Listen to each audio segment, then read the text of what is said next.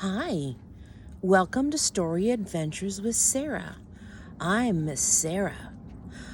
I found this wonderful book called Tops and Bottoms. It's about a bear who loves to sleep and a rabbit who loves to garden. Why don't you come along with me? You can read along or listen, and I'll read to you. Okay? Come on. Once upon a time, there lived a very lazy bear who had lots of money and lots of land. His father had been a hard worker and a smart business bear, and he had given all of his wealth to his son. But all Bear wanted to do was sleep. Not far down the road lived a hare. Although Hare was clever, he sometimes got into trouble. He had once owned land too, but now he had nothing.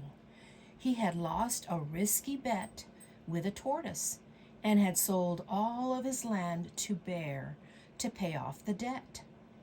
Hare and his family were in very bad shape. "The children are so hungry, Father Hare. We must think of something," Mrs. Hare cried one day. So Hare and Mrs. Hare put their heads together and cooked up a plan.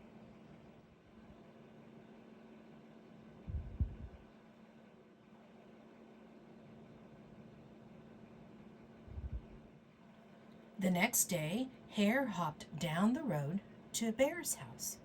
Bear, of course, was asleep. "Hello, Bear. Wake up. It's your neighbor, Hare. And I have an idea." Bear opened one eye and grunted. "We can be business partners," Hare said. "All we need is this field right here in front of your house. I'll do the hard work of planting and harvesting, and we can split the profit right down the middle."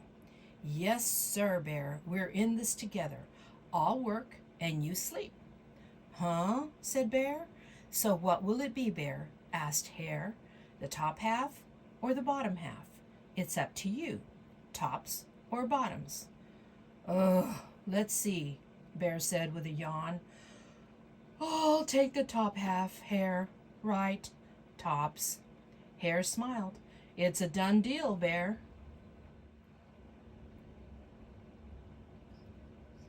So Bear went back to sleep, and Hare and his family went to work. Hare planted, Mrs. Hare watered, and everyone weeded. Bear slept as the crops grew. When it was time for the harvest, Hare called out, "Wake up, Bear. You get the tops and I get the bottoms." Hare and his family dug up the carrots, the radishes, and the beets. Hare plucked off all the tops, tossed them into a pile for Bear, and put the bottoms aside for himself.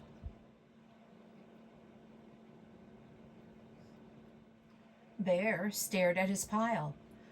"But Hare, all the best parts are in your half." "You chose the tops, Bear," Hare said. "Now, Hare, you've tricked me. You plant this field again, and this season I want the bottoms." Hare agreed. "It's a done deal, Bear." So Bear went back to sleep, and Hare and his family went to work. They planted, watered, and weeded.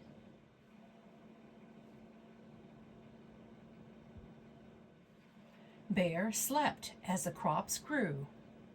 When it was time for the harvest, Hare called out, "Wake up, Bear. You get the bottoms and I get the tops." Hare and his family gathered up the lettuce, the broccoli, and the celery. Hare pulled off the bottoms for Bear and put the tops in his own pile. Bear looked at his pile and scowled. "Hare, you have cheated me again." "But Bear," Hare said, "you wanted the bottoms this time." Bear growled. "You plant this field again, Hare. You've tricked me twice, and you owe me one season of both tops and bottoms." "You're right, poor old Bear. sighed Hare. "It's only fair that you get both tops and bottoms this time. It's a done deal, Bear."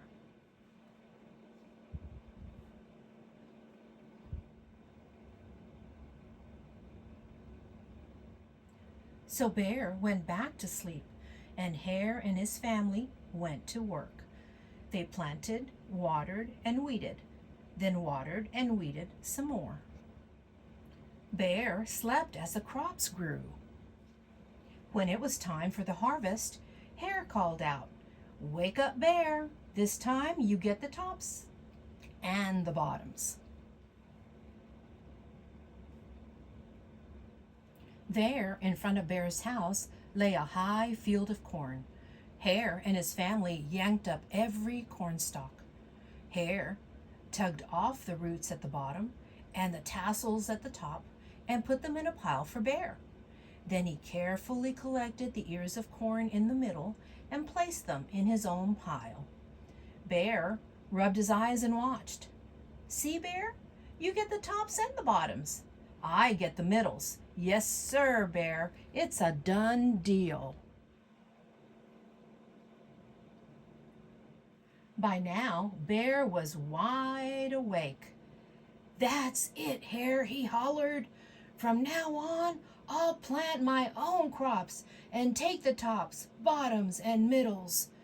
Hare and his family scooped up the corn and hopped down the road toward home. Bear never again slept through a season of planting and harvesting. Hare bought back his land with the profit from the crops, and he and Mrs. Hare opened a vegetable stand.